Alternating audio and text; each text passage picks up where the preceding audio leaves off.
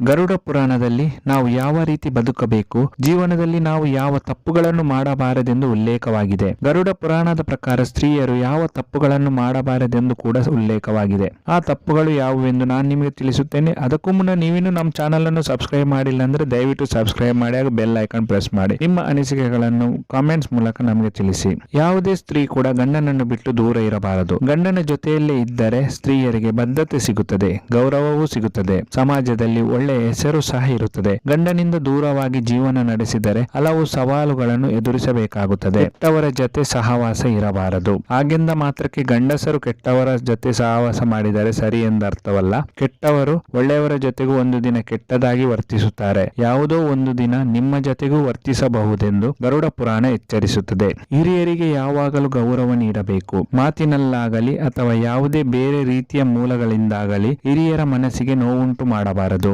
ಹಿರಿಯರನ್ನು ಕೀಳಾಗಿ ಕಾಣಬಾರದು. ಒಂದು ವೇಳೆ ಇಂತಹ ತಪ್ಪುಗಳನ್ನು ಮಾಡಿದರೆ ಒಂದು ಸಮಯದಲ್ಲಿ ತುಂಬಾ ಸಮಸ್ಯೆಗಳನ್ನು ಎದುರಿಸಬೇಕಾಗುತ್ತದೆ. ಸ್ತ್ರೀಯರು ಯಾವಾಗಲೂ ಬೇರೆಯವರ ಮನೆಯಲ್ಲಿ ನೆಲೆಸಬಾರದು. ಸ್ತ್ರೀಯರು ಎಷ್ಟೇ ಕಷ್ಟ ಬಂದರೂ ತಮ್ಮ ಮನೆಯಲ್ಲೇ ಇರಬೇಕು. ಬೇರೆಯವರ ಮನೆಯಲ್ಲಿ ಇದ್ದರೆ ಮರ್ಯಾದೆಯೂ ಇರಲ್ಲ, ಜೊತೆಗೆ ಅಸಭ್ಯತೆ, ನಿರ್ಲಕ್ಷ್ಯತೆ ಅಂತ ತೊಂದರೆಗಳು ತಪ್ಪಿದ್ದಲ್ಲ ಎಂದು ಗರುಡ ಪುರಾಣದಲ್ಲಿ ತಿಳಿಸಲಾಗಿದೆ. ಗರುಡ ಪುರಾಣವನ್ನು ಓದುವುದರಿಂದ ಮನುಷ್ಯ ತಮ್ಮ ಜೀವನವನ್ನು ಒಳ್ಳೆಯ ರೀತಿಯಲ್ಲಿ ಬದಲಾಯಿಸಬಹುದು ಎಂದು ಹೇಳುತ್ತಾ ಇನ್ನಷ್ಟು ಹೊಸ ಮಾಹಿತಿಗಳನ್ನು ಮುಂದಿನ ವಿಡಿಯೋದಲ್ಲಿ ನಾನು ನಿಮಗೆ ತಿಳಿಸುತ್ತೇನೆ. ಈ ಮಾಹಿತಿ ಇಷ್ಟವಾದಲ್ಲಿ ವಿಡಿಯೋವನ್ನು ಲೈಕ್ ಮಾಡಿ ಹಾಗೂ ಕಮೆಂಟ್ಸ್ ಮಾಡಿ. ಎಲ್ಲಾ ವೀಕ್ಷಕರಿಗೂ ಧನ್ಯವಾದಗಳು.